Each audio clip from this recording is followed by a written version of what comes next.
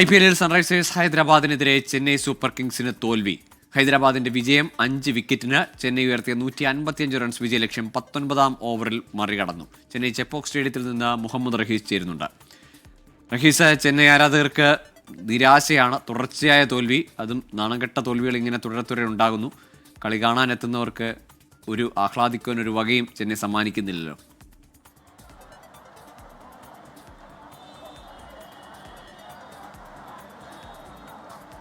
ഗോകുൽ, ഇത്തവണ അവർ വലിയ ആഘാതത്തിൽ കൂടിയാണ്. കാരണം ചെന്നൈ സൂപ്പർ കിങ്സ് പുറത്താകലിൻ്റെ വക്കിലാണ്. ഇനി ഏതാണ്ട് സാങ്കേതികമായി മാത്രമാണ് അവർ പ്ലേ ഓഫിൻ്റെ ആ ഒരു പോരാട്ടത്തിൽ ബാക്കിയുള്ളത്. അതും 1% മാത്രം താഴെ. ബാക്കി ഇന്നത്തെ മത്സരം കൂടി തോറ്റതോടെ ബാക്കിയുള്ള എല്ലാ മത്സരങ്ങളും ജയിക്കണം. മറ്റു ടീമുകളുടെ ഫലങ്ങൾ ആശ്രയിച്ചിരിക്കും. ഒപ്പം തന്നെ റൺ റേറ്റ് വലുതായി ഉയർത്തണം. ഇങ്ങനെ ഒട്ടനവധി വലിയ വെല്ലുവിളികളാണ് ചെന്നൈക്ക് മുന്നിലുള്ളത്. സത്യം പറഞ്ഞാൽ അതൊരു മഹാ അത്ഭുതം സംഭവിച്ച മാത്രമേ ചെന്നൈ സൂപ്പർ കിങ്സ് ഇനി പ്ലേ ഓഫ് കളിക്കുകയുള്ളൂ. അതാണ് ഇന്നത്തെ മത്സരത്തിലെ ഈ റിസൾട്ടിലെ ഏറ്റവും നിർണായകമായിട്ടുള്ള ഒന്ന്.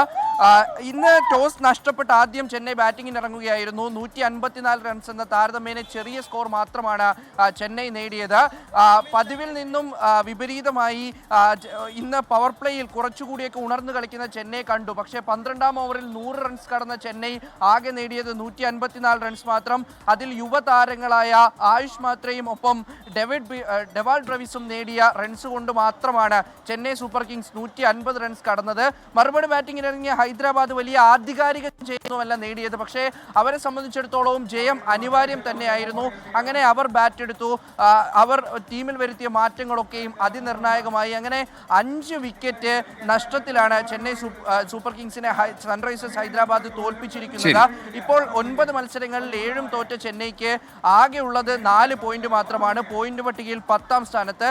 അങ്ങനെ ഹൈദരാബാദ് അവരുടെ ആയുസ് നീട്ടിയപ്പോൾ ചെന്നൈയുടെ പ്ലേ ഓഫ് പ്രതീക്ഷകൾ ഏതാണ്ട് അവസാനിച്ചു കഴിഞ്ഞു. ഗോകുൽ, ശരി, അങ്ങനെ ചെന്നൈ ആരാധകർക്ക് വീണ്ടും ഒരു കണ്ണീർ വെള്ളിയാഴ്ച. തോറ്റ് അങ്ങനെ ഏറ്റവും താഴെയാണ് പോയിന്റ് പട്ടികയിൽ.